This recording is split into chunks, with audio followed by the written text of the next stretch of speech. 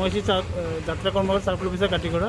আমার বিশেষকৈ আমাদের সরঙ্গি বাজার আর আমাদের যে সেরাগি বাজার আছে বা কালানি বাজার আছে, দেখা যায় অনেক বেশি জাম হয়।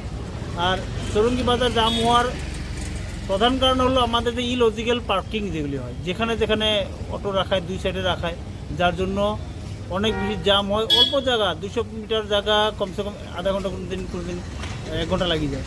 তাই আমি সবাইকে অনুরোধ জানাচ্ছি আমাদের টাউনের এরিয়াতে ভিতরে যাতে ইলিগেল পার্কিং না, ইলজিক্যাল পার্কিং না করে, যেখানে সেখানে গাড়ি না রাখায়, অটো আমাদের যেগুলো কমার্শিয়াল ভেহিকল আছে, বিশেষ করে আমাদের টুকটুকি আর অটো, এইগুলো যাতে সব জায়গায় না রাখায়, তার জন্য আমরা পার্টিকুলার পার্কিং জায়গা দিয়েছি। ওই পার্কিং যাতে রাখায়, তখন টাউনটা সুন্দর হবে আর মানুষ আসতে পারবে, যেতে পারবে।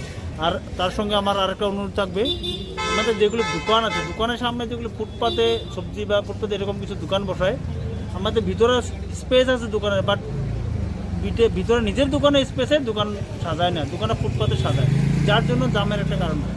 তাই বাকি সব দোকানে বলছি, আমি এরকমও রিপোর্ট পেয়েছি কোনো দোকান হয়তো দোকানের সামনে, ভিতর দোকান আছে সামনে নিজের দোকানে, বা অন্য মানুষের ভাড়াও দিয়ে দেয়, এরকমও দেখছি। তো এটাতে না হয়, এটা না হলেই টাউনটা সুন্দর হবে আর স্মুথলি যাওয়া যাবে, টাউনে জাম হবে না, টাউনের সবার জন্য ভালো হবে। তাই সবাইকে অনুরোধ জানাচ্ছি যাতে ট্রাফিক রুল আর যেখানে আমার রুল মেনে চলে, আর যেখানে পার্কিং দেওয়া আছে যাতে সেখানেই পার্কিং করে, অন্য জায়গাতে পার্কিং না করে। কারণ যেটা ভায়োলেশন করে অ্যাকশন কী হবে স্যার?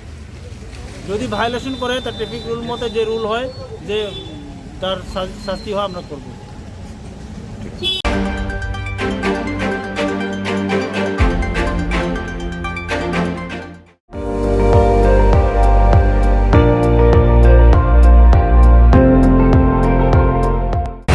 আপুনি চাই আছে ND24, সৰ্বশ্ৰেষ্ঠ নহয় সৰ্বোত্তমৰ দৌৰত।